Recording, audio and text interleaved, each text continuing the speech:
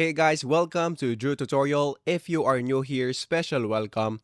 In this video, I will show you how to download Epson L3252 printer driver in Windows. So the first thing that we are going to do right here is to just open any browser.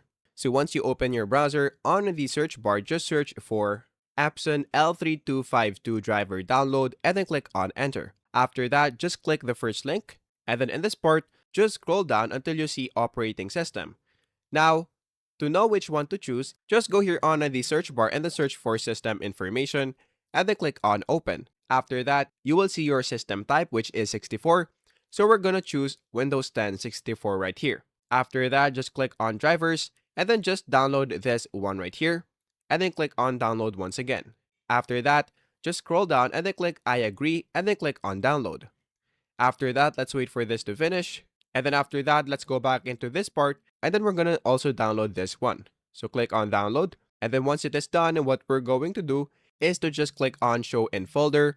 And then we're going to drag those two into our desktop. And then we're going to go here and then click on this first. So we're going to double click. And then after that, just click on OK. And then click on OK once again. And then click agree and then OK. After that, just click on manual. And then for the current port, what we're going to do is to look for a USB port right here. So if you see it, make sure that you choose it. However, I don't have that, so I'm just going to click on null and then click on OK.